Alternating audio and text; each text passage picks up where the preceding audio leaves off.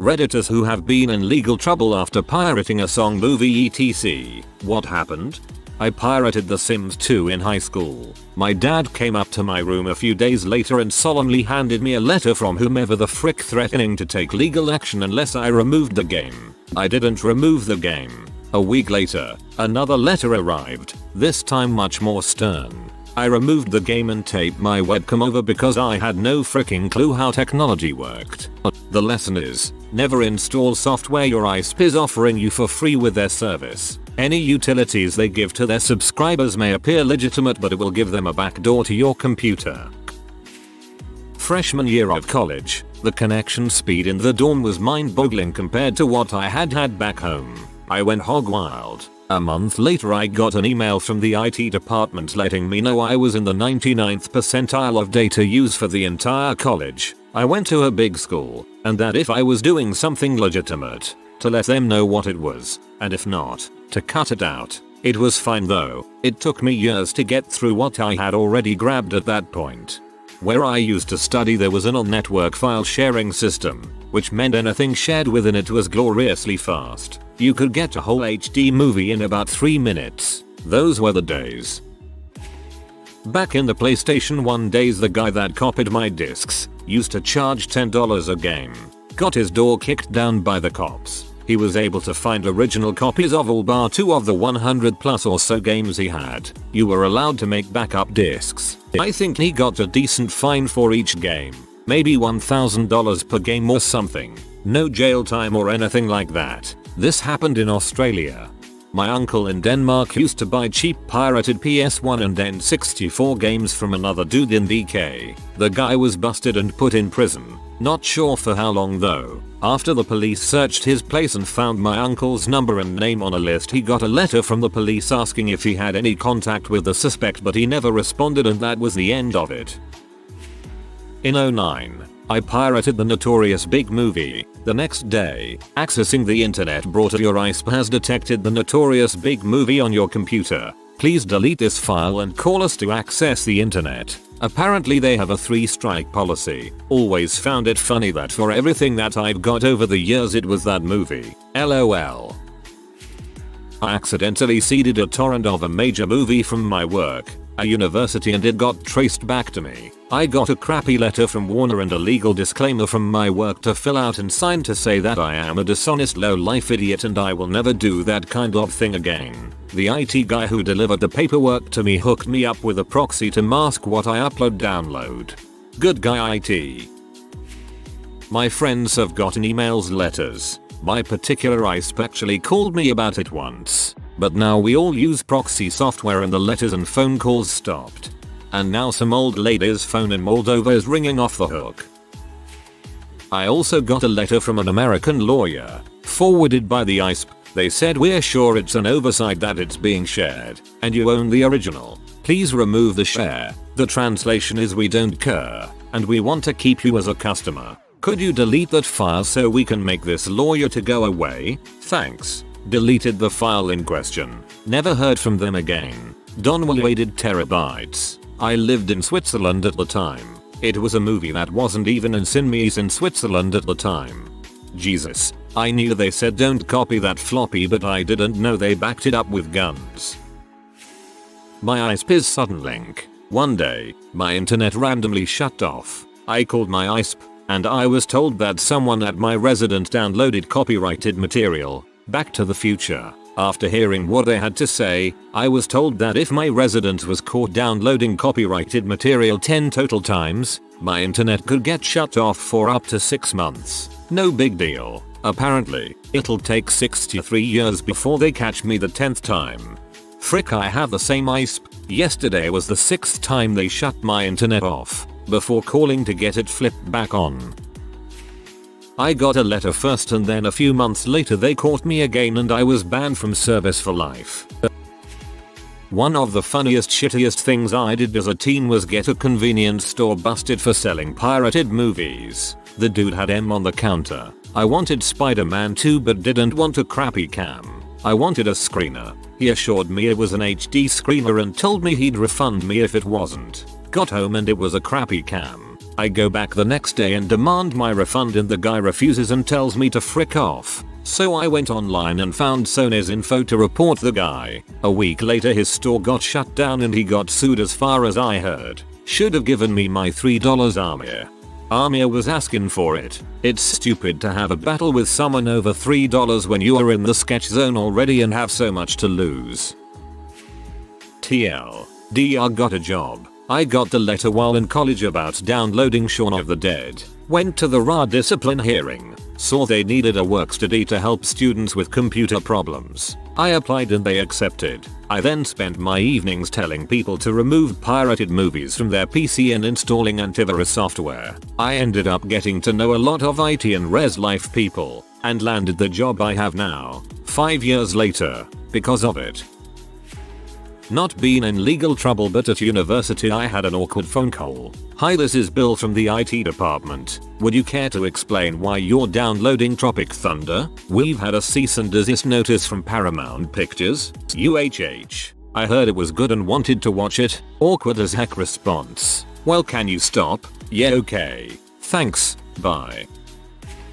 I actually am still in legal trouble. When I was a freshman in college, 2005 to 2006, I allegedly downloaded some songs illegally using LimeWire, or maybe Kazaa, I can't even remember anymore, on the dorm network. Sophomore year of college, I get a letter from my school and the RIAA saying that they caught me. Here's a list of 18 songs I downloaded, and I could settle for $3,000 or they would take me to court. I thought it was some kind of joke scam and ignored it. A few months later, I get another letter from the RIAA saying that I could still settle, but now for $5,000, and if not, they would take me to court. This is when I decided to look into the whole thing. Found out that they are in fact a real company, and I was in trouble. I talked to a lawyer, who told me to just settle because fighting would cost a lot more than that and I would likely lose. But being a broke college student, I certainly didn't have $5,000. Decided to ignore it and hope it went away. In the meantime, I took off any identifying information, my address, phone number, on any accounts I had anywhere. I don't hear anything for a long time, maybe 2 or 3 years. I thought it had all gone away. I had graduated college and moved far away. My mom calls me, tells me that a lawyer had just tried to serve her papers because they couldn't find me anywhere. The papers say that I have a default judgment against me for $7,000. A few months later, I start getting phone calls on my cell phone from debt collectors trying to collect this default judgment. I never picked up. It's been almost 8 years now, and I still haven't paid, but I probably will have to someday. I don't get phone calls anymore from debt collectors. I thought it would mess up my credit, but I recently looked at my credit score and it looked fine. So I'm not really sure what's going to happen. Sucks though. I hate the RIAA. TLDR. Sued by the RIAA. Never paid, but probably will have to someday. Maybe I should just ignore it and it will go away. In about 2001 I got a series of emails from Sony saying they knew I'd downloaded the new Manic Street Preachers album off Napster, and were giving me the opportunity to delete it before they dropped the wrath of God on me. Punchline was they'd all gone to junk mail and it took me 9 months to see them. Myself and several friends, in the early 2000s, used Merc, NWM anyone, to distribute pirated movies. I'm not talking about simple little torrents. I'm talking, we had some top site access and distributed stuff a couple weeks before it hit the theaters. As you can imagine, this meant a lot of bandwidth usage. A couple of us received cease and desist letters from our providers, Time Winner at the time. One of our friends actually was greeted with a browser window which said if he did not stop, he would have his service terminated. He had to press an I understand button to continue. Alt F for that be away. I understand nothing.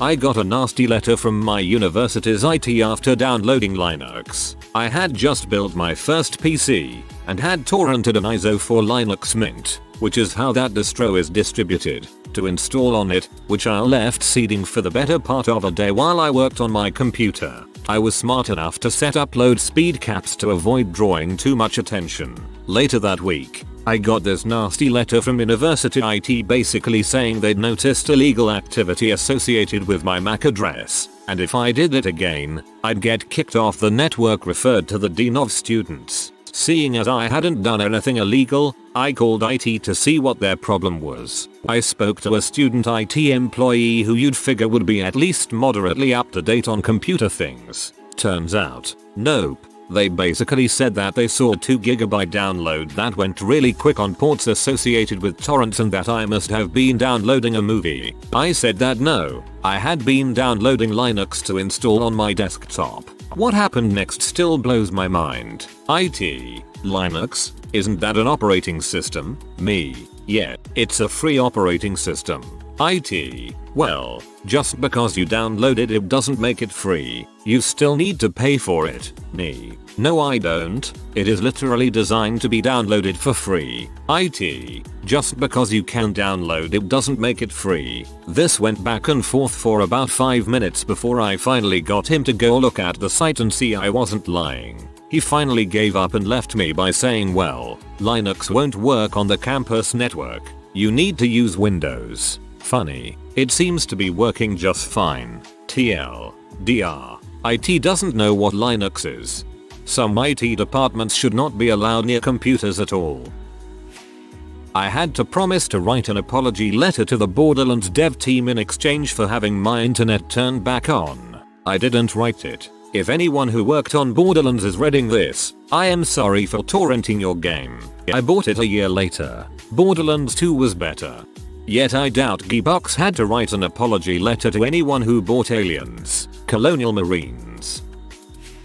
I downloaded crap from HBO and got an email from my internet company and HBO. I called my service provider, pretended to cry, and said that it was probably my junkie roommate that watches that filth, seeing as I was away volunteering on a mission trip. I also told them that my roommate had recently moved out and stuck me with everything.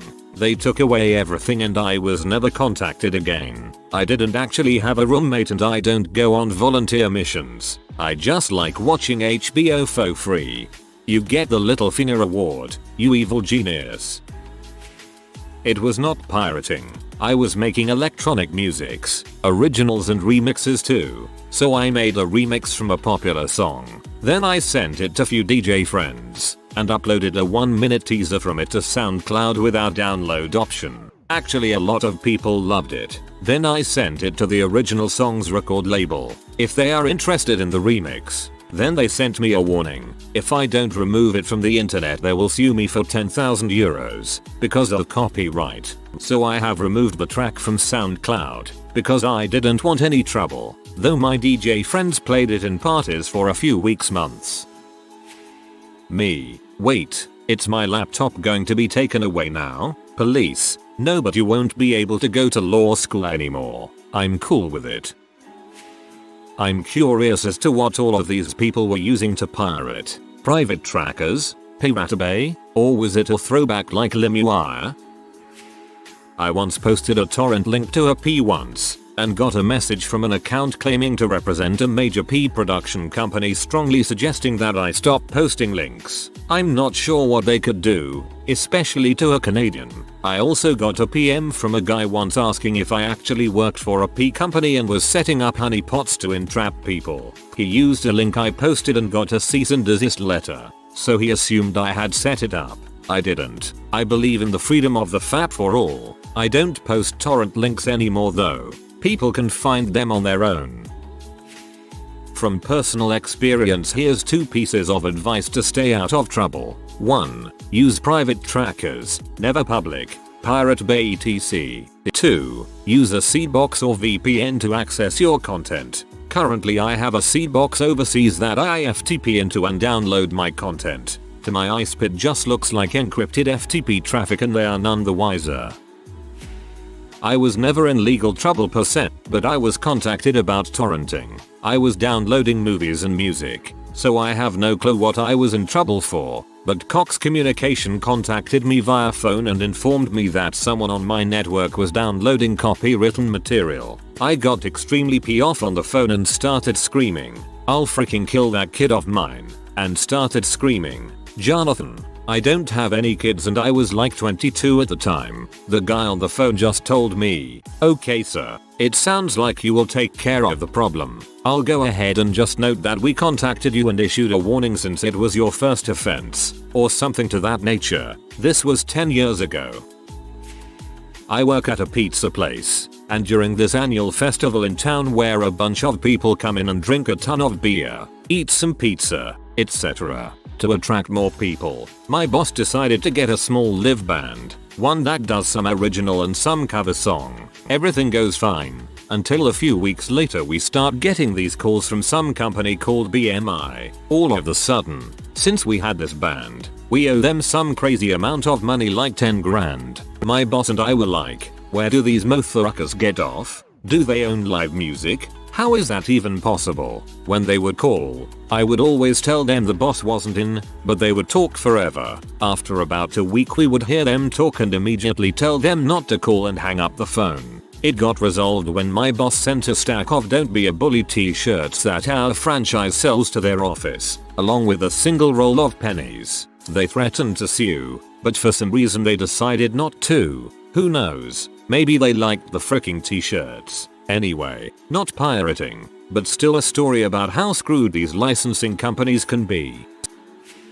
I'm a professor at a small liberal arts college. I bought a house with very bad internet, over cell towers, which killed streaming at home. I began torrenting like mad from the office. No problems for the first 3 terabytes, rang peer block. IT restarted my computer for upgrades while I was away. uTorrent started up automatically, but peerblock did not. A few weeks later, I received an email from Dean of Faculty and Head of IT explaining that I needed to stop hosting Downton Abbey from my office. The Dean was kind enough to point out that we actually had that season in the library. Aside from embarrassment, that was the extent of the sanctions. As I understand it, students are removed from campus internet for 2 weeks for similar violations. Cablevision sent me a letter for pirating Adobe Acrobat. I sent them a cease and desist letter back saying if they disclose my information to Adobe I will sue for breach of privacy. That was 6 years ago. Haven't heard a peep from them since.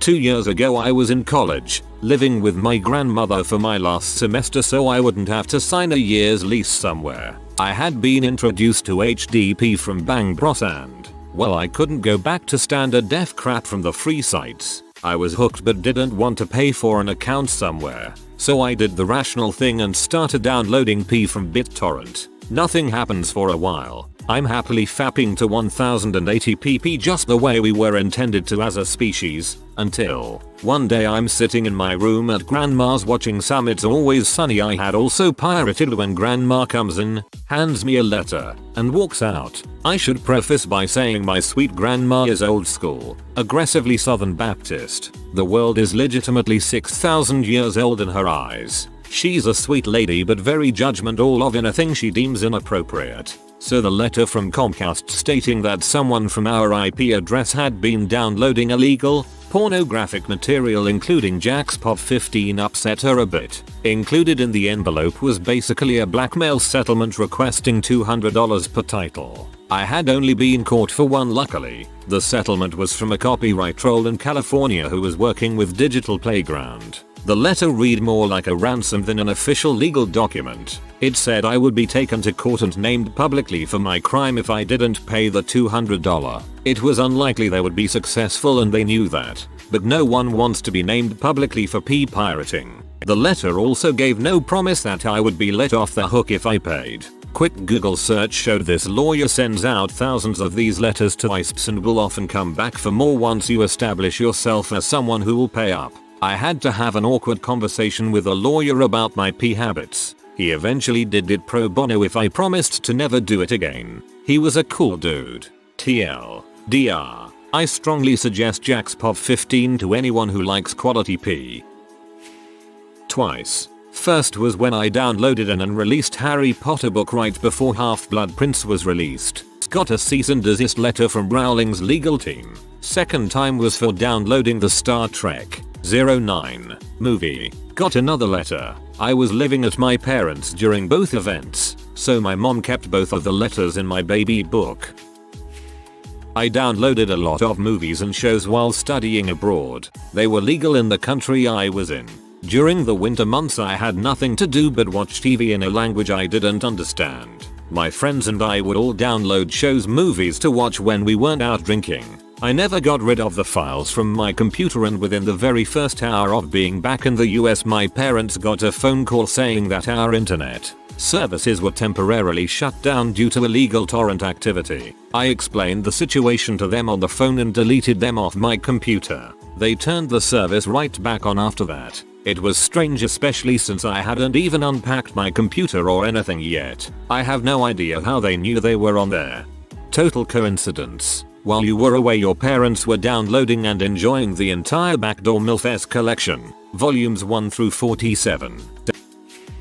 Not me, but a real story that needs telling. I worked for a big corporation, and there was an IT guy who was a real geeky type. He was typically shy, quiet, a little overweight, thick glasses, no dress sense, but he was very good at his job, and happy to be in a role where he was useful helping people. So trying to make friends, he hosted a bunch of media on the company's network to share with his co-workers. Things like this happen. People like to share. It's illegal, sure, but morally the guy was trying to play his service role to the best of his ability. Anyway, the sharing was noticed, and the corporate honchos decided they really did not like them being made look bad. So they made an example of him, reported him to the police, and insisted he be charged. This shy, helpful IT guy was facing jail time. Instead of that, he committed suicide. This is the guy who upgraded my machine from XP to Windows 7. Hung himself because why? Frick copyright. Frick patents. Frick DRM. I live in China. Pirating won't get you any trouble here. The company that develops downloaders even host all the torrent files on their servers. You can download any stuff you want with full speed if you paid for VIP. And it's not expensive. Just 10 yuan a month. Less than $2 a month. You can pirate anything you want. The Blu-ray of Lego the Movie is out. You can download it right away. Want to try out some new game and play through the single player campaign before you decide to buy it for multiplayer? Download it first, and you can stream the movie inside the torrent to examine it, so you can decide whether to download it or not.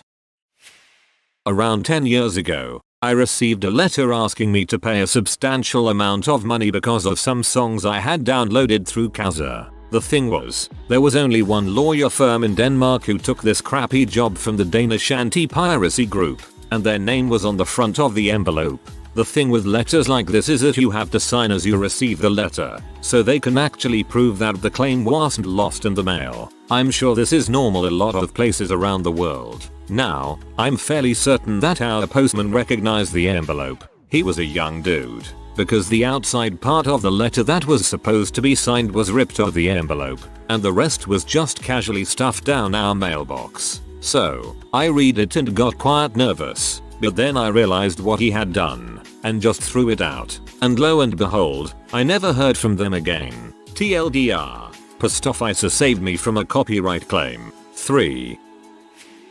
Freshman year of college. This academic year actually, we were all told that the school would take action if they found out we were torrenting. Of course I was like, well, they can't be monitoring everyone all the time, so I went ahead and downloaded music and movies and whatever. Well, one day I was on RNSFW GIFs and the comments linked me to a source that was a torrent for a popular P movie. I never download P, but I was like, hey, why not? Well, 3 days later I got an email saying that UMBC had received a request for legal action from whatever company had the rights to said P movie, and I was fined $175 and had to go around and get signatures, unique with Schoolid, from 15 other students saying that I had informed them about the DMCA and what it means. The most awkward part was when I had a meeting with the school's Department of Justice, and this man in his late 20s had to read off why I was being charged, including reading the title Curvy Girls 4.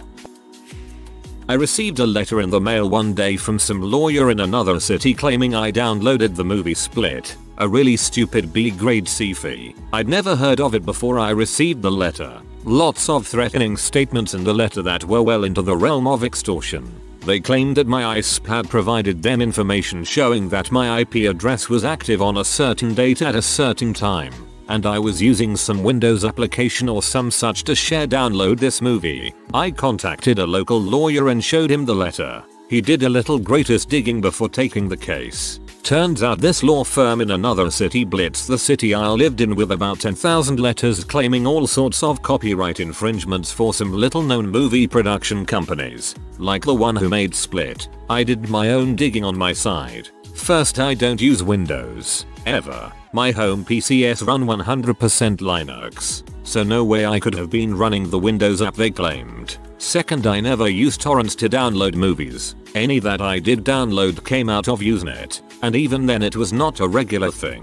Third, I'd never even heard of the movie before the letter, and definitely did not download it. Fourth, my Wi-Fi was locked down to MAC address authentication, so really unlikely that anyone randomly piggybacked onto my Wi-Fi. So I took all this back to my lawyer and he looked at it all, looked at me and said give me €100 to cover the costs of letters and such and I'll make it go away. Sold. So I paid up, and Mr. Lawyer started doing his thing. My lawyer copied me on all the correspondence. Initially he just sent out a letter stating I didn't do what they claimed and politely requested they go away. The response from Mr. Sleazy Lawyer was to raise the penalties claimed, double, and increase the threat rhetoric. My lawyer bounced it right back at them with a statement that if they continued harassing me, and by now about 200 other clients he'd picked up, then he would countersue them for the double amount they were claiming plus all the court and legal fees plus some arbitrary value for a class action.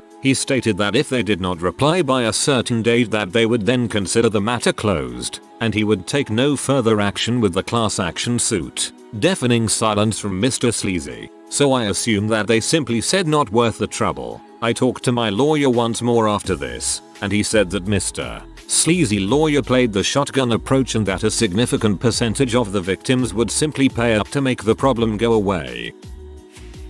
If you are new to the channel, you can subscribe. I publish new videos every day. Until then, check another video.